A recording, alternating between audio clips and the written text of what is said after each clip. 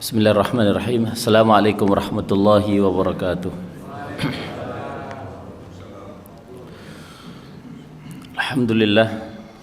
Alhamdulillahilladzi wakafa, wassalatu wassalamu ala rasulil mustafa Rasulillahi sallallahu alaihi wasallama wa ala alihi wa sahbihi wa man tabi'ahu bi ihsanin ila yaumiddin. Bapak Ibu jamaah salat subuh Masjid Al-Muhajirin, mudah-mudahan kita mendapatkan keberkahan Allah Subhanahu wa taala. Kita berharap cerita kehidupan kita semua adalah husnul khatimah, dan kita berharap nanti bertemu di dunia, insyaallah kita bereuni di surganya Allah Subhanahu wa taala.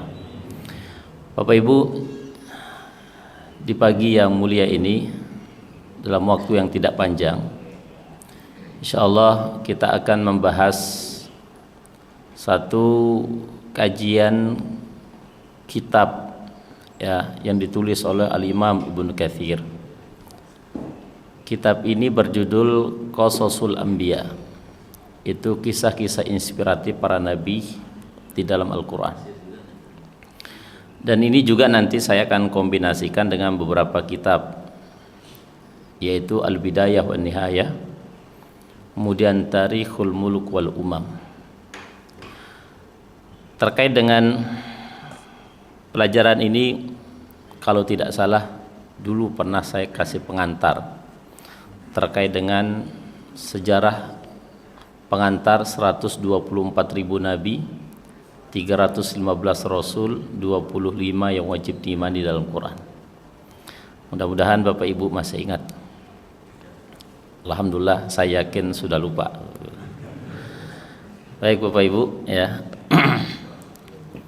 Kita akan membahas di pagi hari ini satu suku yang seringkali diungkapkan oleh Al-Quran. Dalam ilmu tafsir, kalau Al-Quran itu mengungkapkan satu kalimat, berarti maknanya sesuatu itu agung kalau sekali diucapkan. Tapi kalau dia berkali-kali diucapkan, berarti dia lebih agung, kira-kira begitu. Dia mulia karena dia terulang beberapa kali, atau dia penting, kira-kira begitu. Nah, salah satu yang sering disebut, ada suku dalam Quran yang sering kali disebut di masa lalu, disebut dengan suku Bani Israel. Suku apa? Bani Israel, Bapak Ibu. Nah, kita akan membahas ini nanti menjadi beberapa series, karena ini nggak mungkin dikaji dalam waktu yang singkat, ya. Perjalanannya saja hampir 2000 tahun, dan kita tidak mungkin rasanya untuk mengkaji hanya 45 menit, kira-kira begitu. Nah, sehingga nanti kita akan coba membuat serialnya. Pertama, Bani Israel, perjalanan Bani Israel bersama para nabi mereka. Siapa mereka? Bani Israel bersama Nabi Yusuf, yang pertama. Yang kedua, Bani Israel bersama Nabi Musa. Yang ketiga, Bani Israel bersama Raja Yahudi, atau disebut dengan Nabi Daud dan Sulaiman. Dan keempat nanti Bani Israel bersama Nabi Isa alaihissalatu wassalam. Setiap series ini nanti ada apa tuh? Ada seriesnya lagi gitulah. Karena ini panjang Bapak Ibu gitu ya. Baik. Berbicara kalimat Bani Israel ini Bapak Ibu, tentu kita tidak akan bisa berbicara secara utuh kalau kemudian kita tidak berbicara orang-orang sebelumnya. Tentu yang dimaksud dari sebelumnya itu adalah sosok seorang nabi yang kemudian seringkali disebutkan juga dalam Quran. Siapa dia? Sosok Nabi Ibrahim. Nah, Nabi Ibrahim ini Bapak Ibu disebut dengan gelarnya Abul Anbiya, satu. Yang kedua, gelarnya itu adalah Khalilur Rahman. Kenapa disebut dengan Khalilur Rahman? Kekasihnya Allah Subhanahu wa taala. Dan Quran kemudian menyebutkan laqad kana fi Ibrahim, sungguh terdapat dalam kisah-kisah Ibrahim itu ada keteladanan. Dan ada dua ayat yang mirip dengan ayat ini, itu ditujukan kepada nabi yang pernah didoakan oleh Nabi Ibrahim 2000 tahun, 2650 tahun sebelum munculnya Nabi Ibrahim, nabi tersebut. Siapa dia? Nabi Muhammad SAW. Redaksinya hampir sama. Nah, Nabi Ibrahim ini adalah sosok yang kemudian disebut dengan Khalilur Rahman, atau yang kedua disebut dengan Abul Anbiya. Abun artinya bapak, Al-Anbiya jamak dari nabi, berarti bapaknya para nabi. Kesimpulannya apa?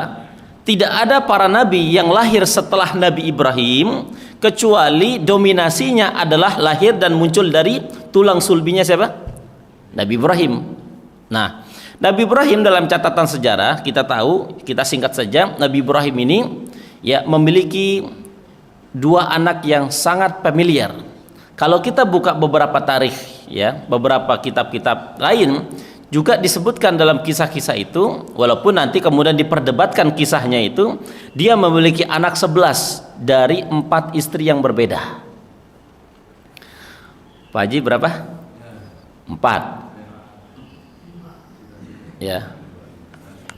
Satu yang paling familiar itu adalah Sarah, dan wanita tercantik di dunia. Ingat-ingat, Sarah itu adalah wanita tercantik di dunia ya.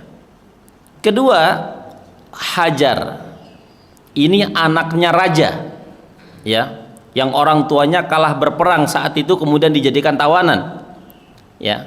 Kemudian yang ketiga, setelah kemudian meninggal Sarah, itu kemudian digantikan posisinya di bumi Kan'an, atau hari ini disebut dengan bumi Palestina, itu namanya Qanturah.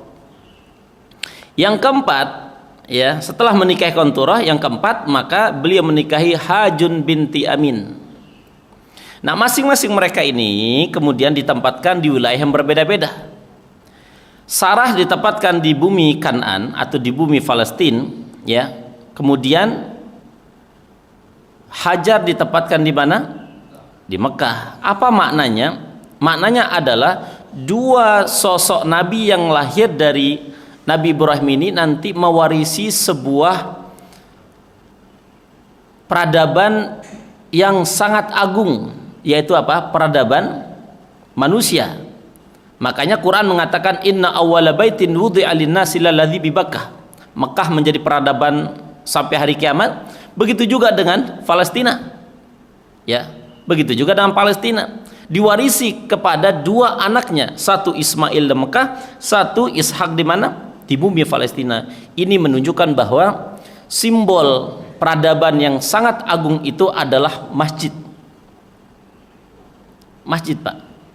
Dan tidak ada simbol ketaatan kecuali dia adalah berbentuknya apa? Masjid. Ya. Alhamdulillah di sini masjidnya kalau saya lihat dari miniaturnya tadi kayaknya termegah di Bekasi Raya kayaknya ini. Insya Allah, Pak. Ya. Ini tanpa disentil-sentil sama ketua nih, Pak. Kata Nabi SAW, man bana masjidan banallahu lahu baitan fil jannah. Orang-orang yang punya kontribusi ini, siapapun dia, nanti dia akan dibuatkan istana di dalam surga. Ini kata Nabi, Pak, bukan kata penceramah, kata Nabi SAW. Baik, Bapak Ibu. Nah, dari dua inilah nanti akan lahir orang-orang hebat setelahnya. Dari sini kita belajar, Bapak Ibu, kehebatan, kesolehan orang masa lalu itu juga akan mewarisi kesolehan orang-orang di setelahnya. Makanya ulama menyebutkan salihul aba, salihul abna. Kesolehan orang tua di masa lalu itu akan turun ke anak keturunannya. Baik, mari kita buktikan, Bapak Ibu. Setelah Ismail muncul, maka muncul adiknya ya, dari ibu yang berbeda, namanya Ishak. Ishak ini dalam catatan sejarahnya lahirnya setelah Ismail itu 14 tahun. Jadi riwayat ada yang mengatakan 13, ada yang mengatakan 14. Nah, Kemudian Ishak ini nanti tumbuh besar, kemudian menikahi seorang wanita, ya, namanya Rifqah. Rifqah ini akan memiliki dua putra. Putra pertama disebut dengan Al-Aish, yang kedua dialah Yakub alaihi salatu wassalam. Masing-masing mereka kemudian nanti bertempat tinggal di tempat yang berbeda karena tidak akur. Satu di bumi Kan'an, yang menempati bumi Kan'an itu adalah Yakub alaihi salatu wassalam, dan kakaknya Al-Aish itu menempati bumi yang dulu pernah ditempati oleh kakeknya yang bernama siapa? Ibrahim alaihi salatu wassalam, Babilonia. Yakub alaihi salatu wassalam ini nanti akan bertemu dengan pamannya dari ibunya bernama Laban. Paman dari ibunya inilah yang kemudian nanti memiliki dua putri, yang putrinya itu dinikahi dua-duanya oleh Nabi Yakub alaihissalatu wassalam. Putri pertamanya namanya Laia, putri kedua namanya Rahel. Tapi yang pertama kali dibidik oleh Nabi Yakub itu adalah adiknya. Kenapa? Lebih cantik daripada kakaknya. Dari sini kita belajar Pak Haji bahwa sesoleh-solehnya laki-laki tetap kalau lihat perempuan itu yang paling cantik. Serius Pak. Kita kemudian tidak bisa mengatakan wah yang penting soleh apa Ustaz. Enggak. Kata Quran, zuyyina linnasi hubbus syahawati minan nisa. Memang sudah didesain Allah Subhanahu wa taala laki-laki itu suka yang bening Pak. Makanya kata Nabi sallallahu alaihi wasallam, nikahi wanita itu karena empat: cantiknya, jamaliha, cakep, ya, kemudian nasabnya, kemudian hartanya, yang terakhir adalah lidiniha. Ada faktor agama yang sangat mendukung tiga hal ini, ya. Nah, ada orang mengatakan yang paling dia solehah Pak Ustadz. Bahaya nanti Bapak Ibu, mohon maaf, kita namanya manusia bisa khilaf. Ada jamaah saya bilang, Pak Ustadz, saya kalau lihat anak tetangga ingat anak sendiri, lihat istri tetangga lupa bini sendiri katanya. Bapak Ibu, ya, dari sini kita belajar bahwa Nabi Yakub alaihissalatu wassalam ketika datang ke pamannya pengen menikahi sepupunya, ya, maka Laban mengatakan kamu harus kemudian berkhidmat kepadaku selama 7 tahun. Maka dia berkhidmat bergembala. Maka di malam pertama dia dinikahi. Maka Yakub kemudian komplain. Kenapa? Dia harus dinikahi dengan putri pertamanya yang dibidik siapa? Rahelnya. Nah, maka Laban kemudian memberikan syarat kedua, kamu kembali lagi berkhidmat kepadaku sebanyak 7 tahun lagi. Maka dia berkhidmat selama 14 tahun baru kemudian menikahi Rahel yang nanti anak keturunannya itu 2 orang. Pertama disebut dengan Yusuf, yang kedua disebut dengan Bunyamin. Kenapa nanti Yusuf itu menjadi gagah? Karena bapaknya gagah, ibunya cantik, Pak. Sedangkan kakaknya yang bernama Laya itu melahirkan namanya Lewa atau Lewi. Ya, makanya ya kalimat ini sering digunakan di Eropa Pak. Lewi. Ada pemain sepak bola namanya Lewandowski. Lewa. Nah, di Cibubur itu ada satu gereja namanya Gereja Lewa. Saya ingat pelajaran ini. Oh, ternyata itu adalah anak keturunan Nabi Yakub alaihissalatu wassalam yang disebut nanti dengan Banu Israel. Nah, 2 orang ini masing-masing istrinya Nabi Yakub ini memiliki pembantu. Yang pertama namanya Zulfa, yang kedua namanya Balkha. Dua-dua ini kemudian dihibahkan kepada Nabi Yakub sehingga menjadi istri. Maka istri Nabi Yakub itu 4. Pertama Laya, kedua Rahel, ketiga Zulfa, keempat adalah Balkha. Masing-masing dari mereka itu memiliki anak. Itulah yang diungkapkan oleh Nabi Yusuf ketika berinteraksi dengan ayahnya. Ya abati inni ra'aitu 11 kawkaba wasyamsa wal qamara ra'aituhum li sajidin. Wahai ayahku, saya melihat 11 bintang, 1 rembulan, 1 matahari sujud kepadaku. Maka jawaban ayahnya, la taqsus ru'yak. Jangan pernah kamu ceritakan mimpimu kepada saudara-saudaramu. Baik Bapak Ibu, dari sinilah kemudian ya kisah awal mula perjalanan Bani Israel. Nah, kalau tadi itu prolog, kalau sekarang kita baru masuk ke kisah perjalanan awal mula Bani Israel. Baik, di dalam Quran disebutkan ya, hampir ayatnya berturut-turut dari halaman yang sama. Quran surah kedua ayat 40, Quran surah kedua ayat 47. Ya Bani Israil adhkuru ni'mati allati an'amtu alaikum wa awfu bi'ahdi ufi bi'ahdikum wa iyaya farhabun. Ayat lain mengatakan, Ya Bani Israil adhkuru ni'mati allati an'amtu alaikum wa anni faddaltukum 'alal 'alamin. Jadi kalimat Ya Bani Israil ini menunjukkan bahwa dia istimewa di masa lalu. Ketika turun Quran surah ketiga, kuntum khairu ummah, kalian adalah umat sebaik-sebaik perjalanan umat manusia.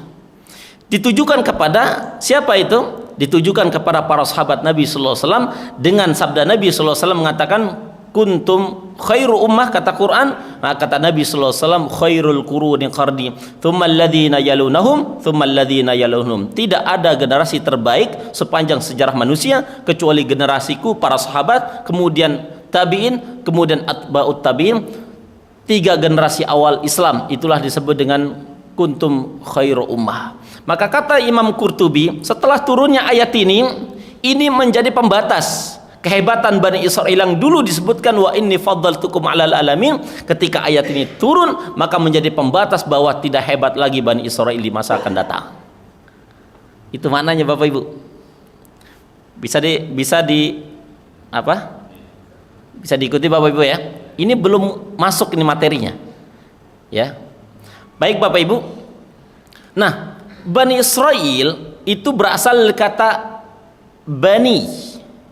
Israel berarti 2 kata. Bani itu artinya apa? Anak keturunan. Terjemah kita itu, terjemah orang Cikunir, Bani. Nah, Israel nama lain daripada Yakub. Isra itu orang yang senantiasa keluar rumah di tengah malam. Makanya ada ayat Al-Isra. Subhanalladzi asra bi'abdihi laylan minal masjidil haram.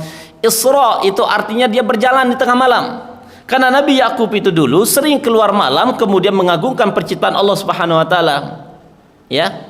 Maka disebut dengan Israil atau nama lainnya ilah, itu Tuhan. Berarti dalam bahasa Arab disebut dengan Isra, hamba, ilah, Tuhan berarti Abdullah. Nah, kata Israel itu Bapak Ibu. Iya, hamba Allah itu artinya. Ya, maka disebut dengan Banu Israil. Berarti kalau 2 ini kemudian disatukan, maka maknanya adalah anak keturunan Yakub. Nah, berapa anaknya? 12 dari 4 istri yang berbeda. Makanya di antara kehebatan orang-orang di masa akan datang, maka perbanyaklah anak dan perbanyaklah istri, karena saya akan berbangga di hari kiamat karena banyaknya umat di antara sekian banyak nabi, kata Nabi Muhammad sallallahu alaihi wasallam.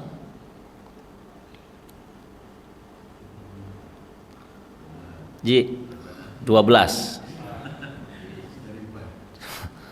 Masya Allah, semangat betul kalau udah ngomongin ini Pak. Ya, nampak dari wajah ada keinginan tapi susah diungkapkan. Baik Bapak Ibu lanjut. Masya Allah. Nah, mari kita masuk kepada kepada kisah terbaik ya. Quran menyebutkan nahnu naqussu 'alaika ahsanal qasas. Kami akan menceritakan kepadamu wahai Muhammad satu kisah terbaik sepanjang sejarah manusia. Dan kisah ini kemudian diberi nama satu surah dalam Al-Quran, disebut dengan surah siapa? Surah Yusuf. Surah Yusuf. Surah Yusuf ini adalah urutan surahnya dari Quran itu surah ke-12. Nah, dari sinilah kemudian awal mula cerita kisah Bani Israil, Bapak Ibu. Baik. Nahnu naqussu 'alaika ahsanal qasas bima auhayna ilaika hadzal Qur'an wa in kunta min qablihi laminal ghafilin. Ada interaksi antara Yakub dengan anaknya yang bernama siapa tadi? Siapa? Yusuf. Interaksinya apa? Idz qala Yusufu li abihi ya abati inni ra'aitu 11 kaukaba. Saya melihat 11 bintang.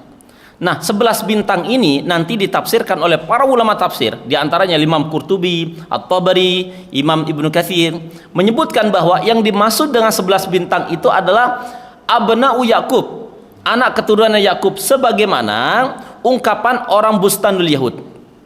Orang Yahudi datang pada Nabi sallallahu alaihi wasallam, namanya Bustanul Yahud. Beliau datang kemudian bertanya, pengen menguji Nabi.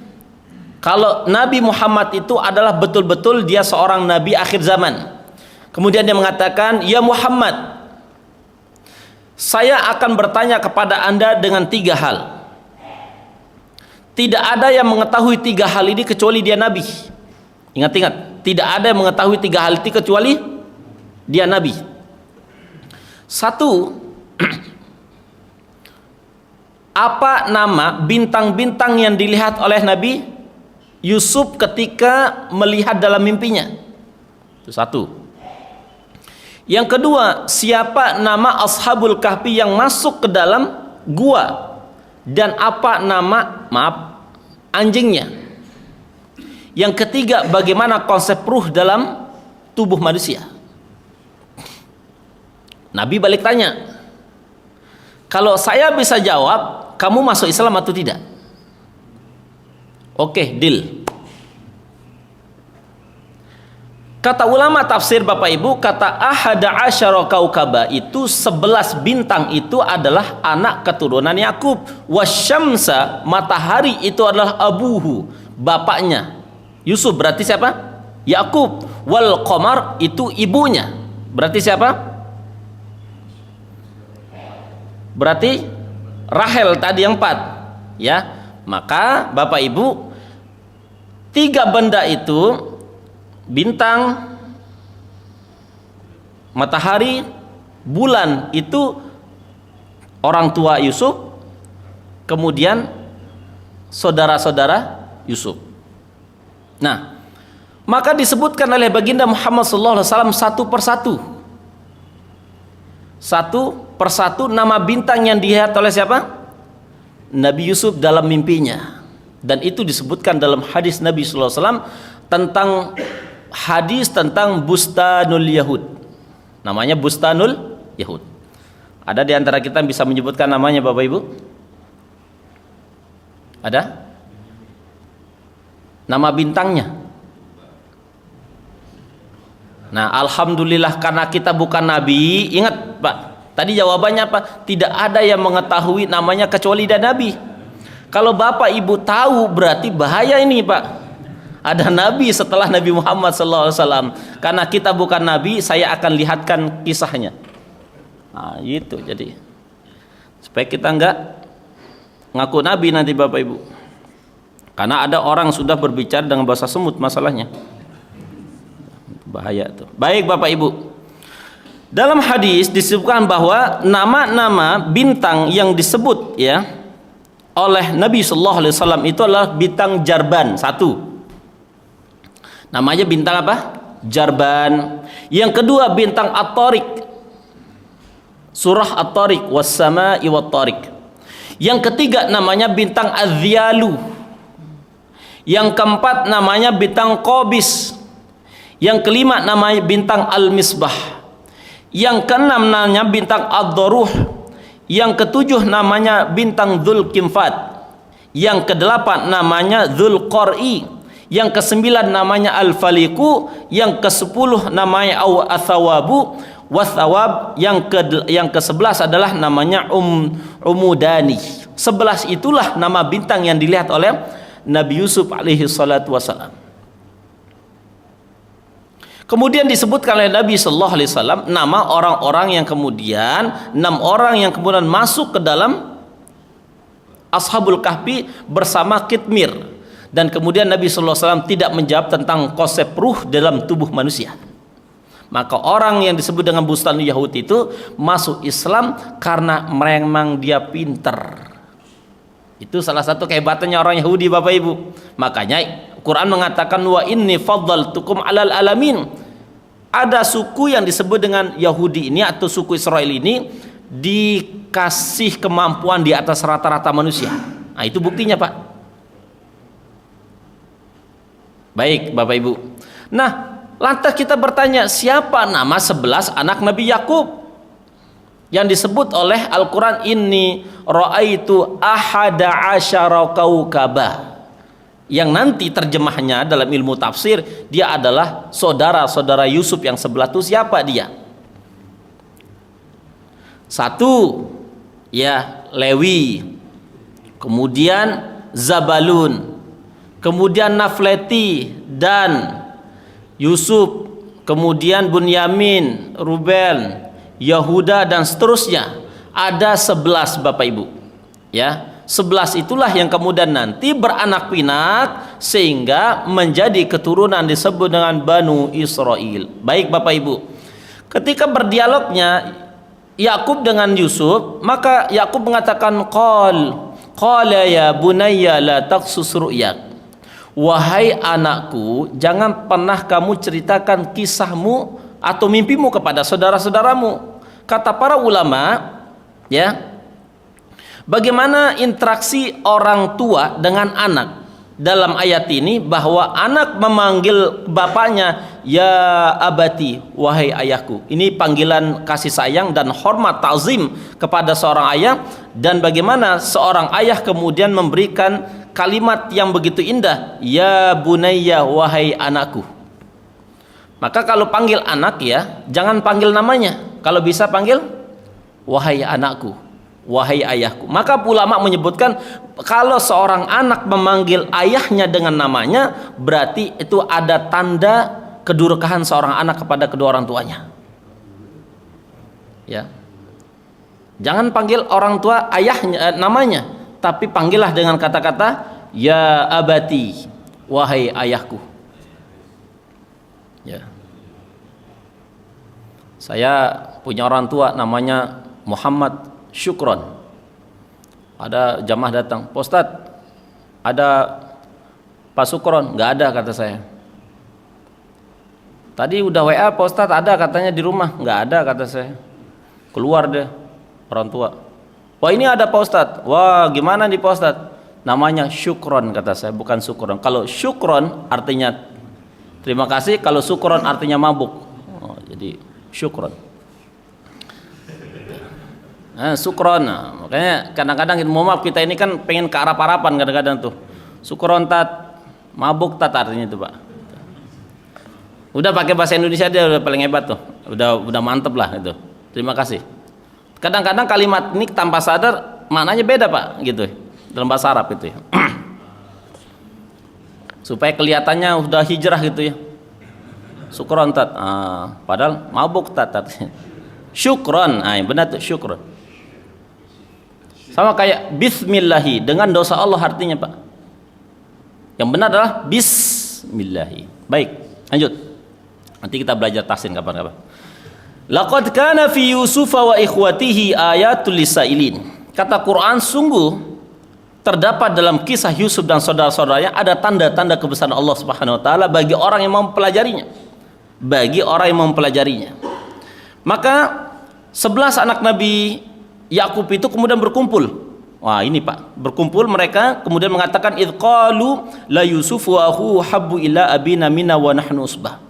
Kenapa orang tua kita ini, Yakub maksudnya, lebih sayang kepada siapa? Nabi Yusuf. Sedangkan kami ini semua, kita ini adalah bersaudara besar ini. Inna abana lafi dhalalim mubin. Sungguh orang tua ini celaka. Sungguh orang tua ini sesat. Nah, Bapak Ibu, kalau ada anak hari ini sering kemudian mencela orang tuanya, fix ada tetesan Bani Israel. Ini hati-hati nih Pak. Karena Bani Israel itu dia cela ayahnya Pak. Ya. Yang sering mencela keluarga ini, jangan-jangan ada tetesannya. Kalau mungkin Yahuda, Bunyamin, siapa lagi? Lewi, ya, Nafleti, Zabalun dan selainnya. Ruben mungkin ya.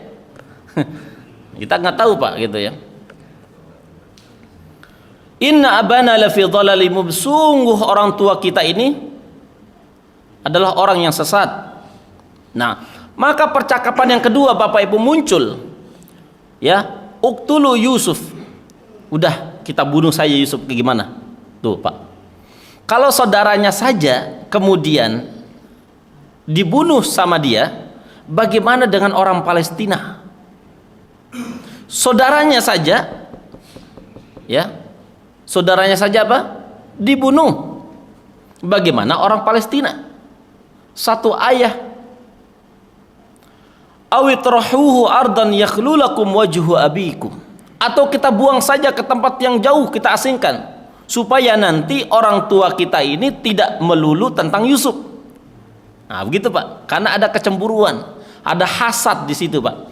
Makanya ulama menyebutkan ada satu dosa yang pernah dilakukan di langit dan di muka bumi ini.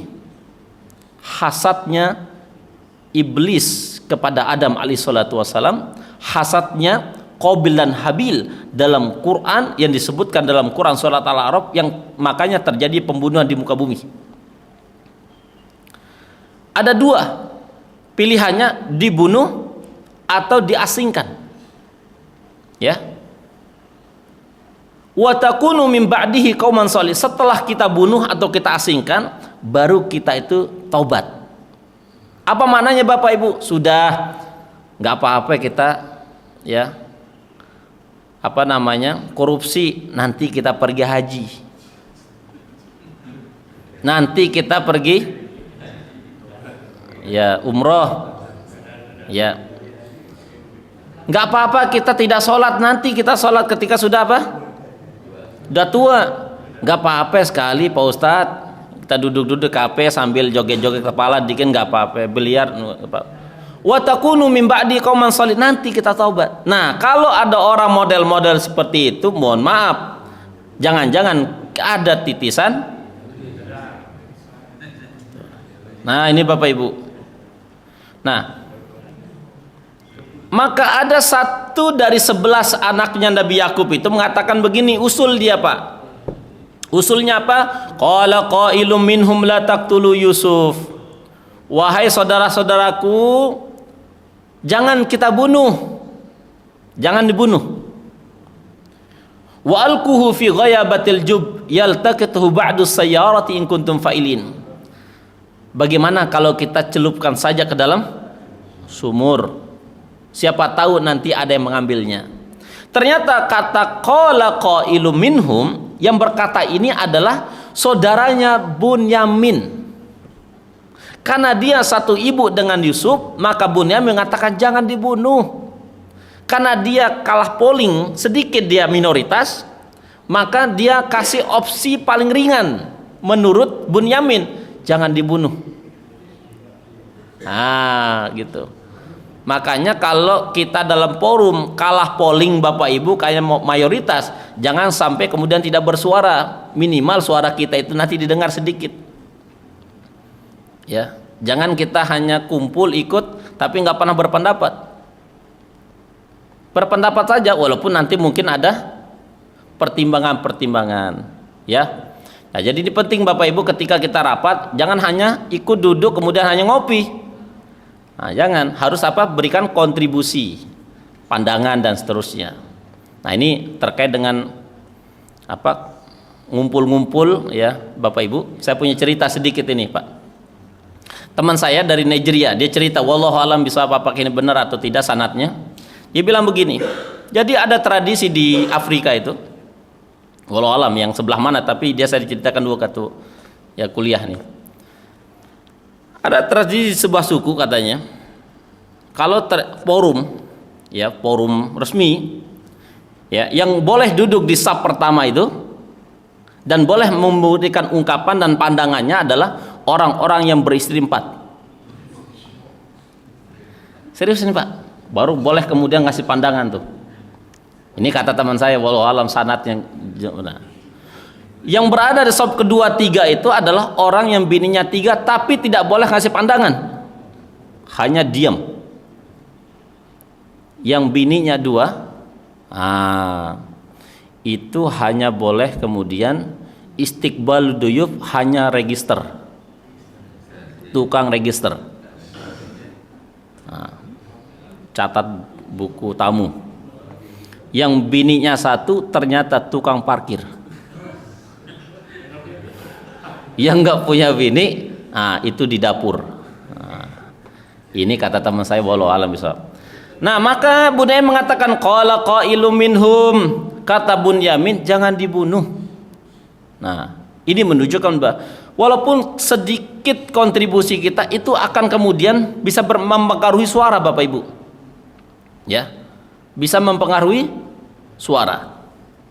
Maka Bapak Ibu, ya, terjadilah sesuatu yang kemudian mereka sudah rekayasa. Maka mereka datang ke bapak mereka, qalu ya abana malaka la ta'manna ala Yusuf wa inna lahu lanasihun. Wahai ayahku, kenapa engkau tidak pernah percaya kepada kami terhadap Yusuf? Ya. Arsilhu ma'ana ghadan yarta' wa yal'ab wa inna lahu lahafizun. Biarkan saja Yusuf pergi bersama kami, ya bermain-main, dan insya Allah kami yang akan menjaga. Kata Nabi Yakub, saya itu takut, ada ketakutan. Ketika Yusuf nanti kamu bawa, nanti Yusuf diterkam serigala. Maka anak-anaknya mengatakan, qalu la in akalahu dhi'bu wa nahnu usbatun inna idzal khasirun. Ya ayahku, kalau seandainya Yusuf diterkam serigala, kami yang akan merugi tuh. Seolah-olah apa? Dia yang paling merugi. Maka terjadilah apa yang kemudian mereka rekayasa. Ya, mereka bawa Yusuf, kemudian datang ke ayah mereka, waja'u abahum isya'an yabkun. Mereka datang kepada ayah mereka dengan situasi yang sangat menyedihkan, dengan membawa ya baju yang kemudian sudah dilumuri darah. Kemudian mereka mengatakan, ya abana inna dhahabna nastabiq wa tarakna Yusuf inda mata'ina fa aqalahu dhi'b. Kami ketika main-main, kami tinggalkan Yusuf di tenda. Setelah itu diterkam serigala. Ya. Wa ma anta bimu'minin lana. Kami tahu wahai ayahku, engkau tidak pernah akan percaya walaupun kami orang yang bisa terpercaya. Tuh, orang Yahudi itu begitu, Pak. Pertanyaan saya Bapak Ibu, siapa yang kemudian bisa mempercayai orang Yahudi hari ini? Kalau bapaknya saja dia tipu, apalagi orang PBB. Bagaimana mungkin kemudian kita bisa menerima dengan akal sehat kita dengan sebuah perjanjian BOP, ya, yang kemudian diyakini itu akan memberikan kontribusi, ya, bangsa ini kepada bangsa Palestina. Beberapa hari setelah ditandatangani, 3 tentara kita meninggal dunia.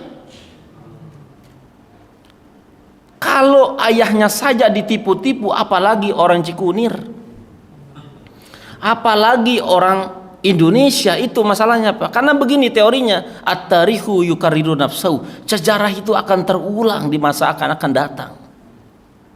Dan sejarah Quran inilah kemudian memberikan gambaran di masa akan datang akan ada orang-orang dari keturunan ini yang tidak pernah akan ridho kepada orang lain. Bapaknya saja dia tipu, apalagi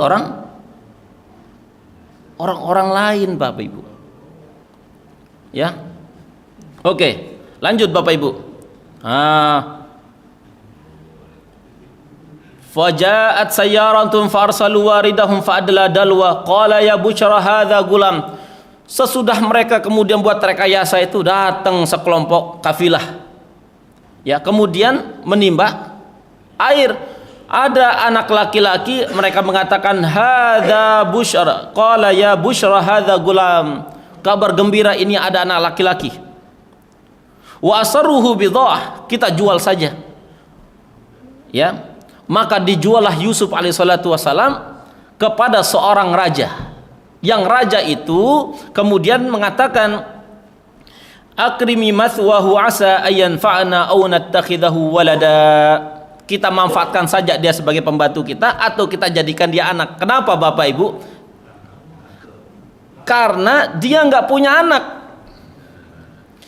Raja yang dimaksud itu adalah namanya Raja Heksos, atau yang dalam bahasa Arabnya disebut dengan Raja Al-Malik. Bapak Ibu, raja orang dari keturunan Kiptiyah di Mesir, semua raja namanya Fir'aun. Tetapi dalam kisah Yusuf ini tidak disebut raja itu Fir'aun. Kenapa? Nah, ini ada kenapanya nih Bapak Ibu. Nah, nanti ini kenapa ini kita bedah lagi. Ternyata disebut dengan Al-Malik. Al-Malik ini ada yang mengatakan dalam ilmu tafsir, beliau namanya Ar-Rayyan. Siapa namanya? Ar-Rayyan. Ada yang mengatakan dalam bahasa apa? Ada mengatakan Heksos. Nah, orang ini kemudian raja ini mengatakan au yanfa'ana asa ayanfa'ana, kita manfaatkan saja sebagai pembantu, au nattakhidahu walada, atau kita jadikan anak. Kenapa? Enggak punya anak Bapak Ibu. Ya, yang istrinya nanti bernama Zulaikha dalam catatan sejarah Israiliyat. Nah, mulailah di sini Bapak Ibu. Walamma balagha syuddahu atainahu hukman ilma. Ketika Nabi Yusuf itu sudah mulai meranjak dewasa dan dia sudah berada di istana Bapak Ibu. Nabi Yusuf itu kecilnya sudah di istana, Pak. Walamma balagha asyuddahu atainahu hukman wa ilma. Ketika Yusuf ini sudah mulai beranjak dewasa, tumbuh secara sempurna. Nah, kalimat asyuddah itu artinya sempurna. Ya. Apa maknanya Bapak Ibu? Kesempurnaan laki-laki itu kata para ulama di usia 30 tahun ke atas. Karena Nabi Yusuf ketika digoda oleh Zulaikha itu usia 33 tahun. Maka Quran menyebutkan atainahu hukman wa ilma. Kami kasih dua keistimewaan Yusuf. Satu, hikmah, dia bijaksana. Yang kedua, ilmu. Dari sini kita belajar Bapak Ibu, kalau ada orang usia kita ini 30 tahun, ya 30 tahun, ketika Allah kasih dua hal, satu hikmah, yang kedua ilmu, maka akan ada ujian-ujian di masa-masa yang akan datang. Tanda Allah sayang kepada hamba itu apa? Allah kasih hikmah dan ilmu di usia dia muda. Dan biasanya kata Quran, orang yang seperti ini nanti ujiannya yang paling berat itu apa Bapak Ibu? Apa? Perempuan. Bapak Ibu? Pak? Apa? Kalau udah muda, berilmu, ya, soleh, bijaksana, kira-kira ujiannya berikutnya apa? Kalau dalam ayat ini apa? Oke, bukan itu saya sebenarnya Pak. Yang paling berbahaya itu bagi anak muda, gagah, berilmu, kemudian bijaksana, apa Bapak Ibu? Yaitu disukai bini orang.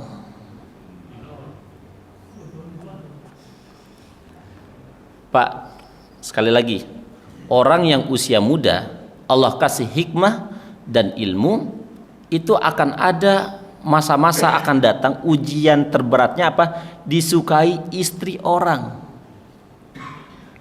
Kalau anak orang masih mending, istri orang, Pak.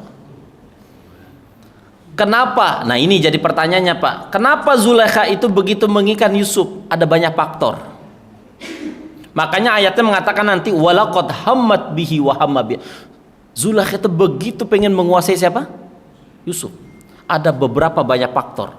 Satu di antara sekian banyak faktor itu memang, mohon maaf, Zulaikha itu tidak pernah dicolek suaminya, karena suaminya, mohon maaf, tidak bisa berdiri lagi.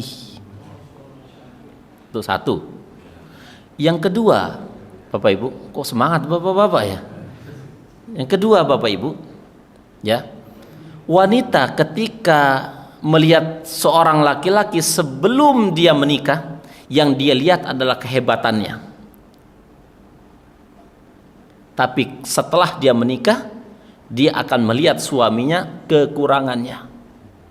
Makanya Zulaikha ini, dia melihat kekurangan satu suaminya yang tidak kemudian dimiliki oleh suaminya, dan itu dimiliki oleh Nabi Yusuf yang pada saat yang bersamaan gagah, bijaksana, berilmu. Makanya ulama menyebutkan wanita itu kalau lihat laki-laki itu sebelum nikah, dia tajir, dia gagah, dia sukses. Tapi ketika sudah selesai dan menikah, dia tidak lagi kelebihan itu yang dilihat, tapi kekurangannya. Makanya ulama menyebutkan kalau wanita dikasih kenikmatan 10 tahun, satu kesalahan laki-laki, ya 10 tahun 9 bulan 90 hari itu hilang gara-gara satu hari kita bersalah. Itu mananya Bapak Ibu. Setelah direnungkan, baca tafsirnya, oh ternyata itu Pak faktornya. Karena dia melihat ada satu kekurangan suaminya yang itu dia jadikan apa? Hujah untuk memperkuat apa? Kesalahan dia di masa yang akan datang itu Bapak Ibu. Itu satu. Maka Bapak Ibu, waradat hullati huwa fi baitiha an nafsi wa ghalaqatil abwab wa qalat haytalak. Ketika dia berada dalam rumah berdua, maka semua dikunci semuanya Bapak Ibu. Pintu-pintunya, kemudian dia panggil Yusuf. Maka Yusuf mengatakan, qala ma'adzallah, saya berlindung pada Allah, innahu rabbi ahsana mathwaya. Sungguh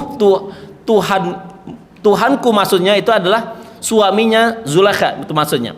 Sungguh Tuan Raja sangat baik kepadaku. Maka walaqad hammat bihi wa hamma biha. Nah ini Pak,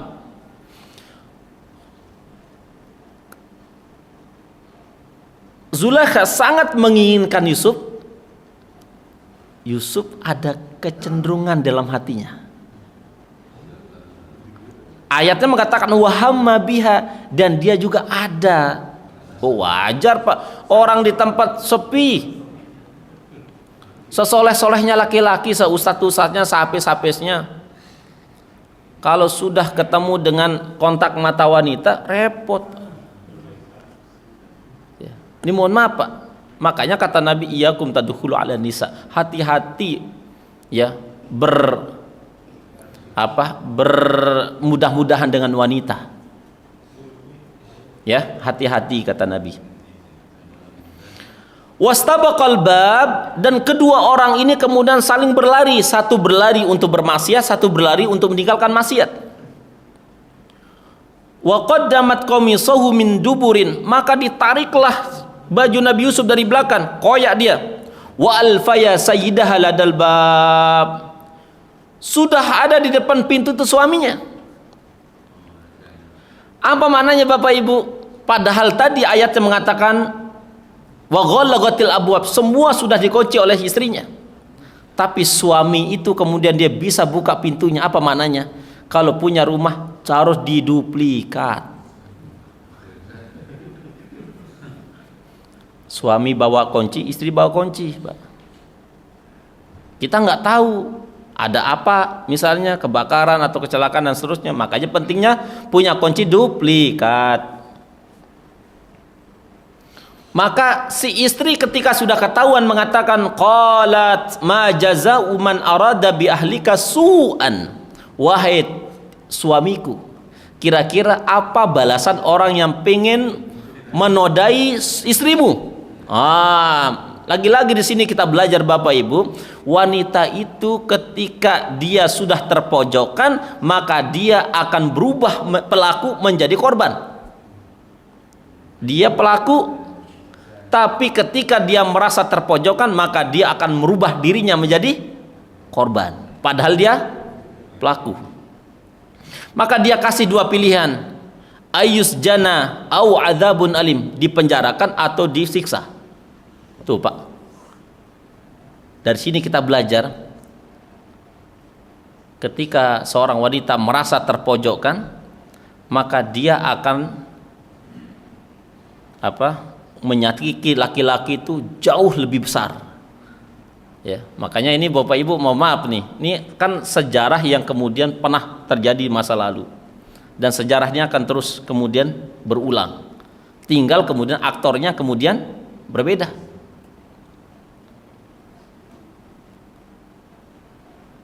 Di penjara atau di maka Yusuf membela diri. Qala hiya rawadatni an nafsi, wahai tuan raja, dia yang mau sama saya. Ya. Wa syahida syahidun min ahliya, untung ada pembantu yang cerdas. Dari sini kita belajar bahwa kalau cari pembantu, maaf, jangan yang asal. Maaf Pak, cari pembantu yang cerdas. Ketika orang tua tidak ada, yang ngerjain PR pembantu. Ini mohon maaf, cari pembantu yang mohon maaf nggak bisa baca, repot Pak. Wa syahida syahidum min ahliha, untung ada pembantu yang kemudian cerdas. Kata pembantunya apa? In kana qamisuhu qudda min qubulin fasadaqatahu minal kadzibin wa in kana qamisuhu qudda min duburin fakadzabatuhu minas shadiqin. Kalau kemudian yang koyak itu bajunya itu adalah di belakang, maka yang benar adalah Yusuf. Tapi kalau yang depan itu berarti Yusuf berdusta. Maka dilihat oleh siapa? Oleh raja. Falamma qamisahu qudda min duburin qala innahu min kaidikunna inna kaidukunna azim. Nah, part 1. Part 1 sampai di sini. Nah, nanti ya. Berikutnya, seri berikutnya, Yusuf di dalam penjara mentakwil mimpi dalam konsep Islam. Yang kedua, Yusuf menjadi menteri keuangan. Saya pernah diundang salah satu partai Pak, DPP partai. Saya disuruh ceramah. Terus ditanya begini, Pak Ustadz, kira-kira kalau sebuah negara pengen ekonominya bagus, dalam Quran itu ada nggak konsepnya? Ada, kata saya, dalam Quran surah Yusuf. Berapa lama dibangun negara itu supaya ekonominya bagus? Ya, 14 tahun kata saya. Dalam Quran itu 77. Berarti kalau dalam sebuah pemerintahan harus 2 periode. Berarti 2 periode itu Pak. Kalau pemerintah sekarang ini Pak Ustadz gimana? Lanjut atau tidak? Oh, cukup sampai sini aja kata saya. Jadi nanti akan kita belajar bagaimana kemudian Yusuf kemudian mengangkat ekonomi Mesir menjadi hebat pada saat yang bersamaan. Jadi ada 2 lagi. Pertama, Yusuf di dalam penjara dan konsep mentakwil mimpi dalam Islam. Yang kedua, konsep menumbuhkan pertumbuhan ekonomi dalam Quran, dalam kisah Yusuf alaihissalatu wassalam. Nah ini panjang nih Pak, itu baru Yusuf, belum Musa, belum Daud, belum Nabi Isa alaihissalatu wassalam. Baik Bapak Ibu yang dirahmati Allah subhanahu wa ta'ala, ya saya kira ini karena belum selesai, maka tidak ada pertanyaan. Karena belum selesai. Ya, jadi jangan tanya dulu, belum selesai. Saya izin Bapak Ibu yang dirahmati Allah subhanahu wa ta'ala, karena saya sudah ditunggu, saya mau touring ya ke Pemijahan. Saya udah bawa sepatu langsung ini Bapak Ibu, karena saya nggak ada istri gitu. Kemarin saya mau keluar kota tapi nggak dibolehin sama Bang Efron gitu ya. Jazakumullah khairan Bapak Ibu yang dirahmati Allah subhanahu wa ta'ala. Kita tutup dengan doa kaful majlis. Subhanakallahumma bihamdika asyhadu an la ilaha illa anta astaghfiruka wa atubu ilaika. Assalamualaikum warahmatullahi wabarakatuh.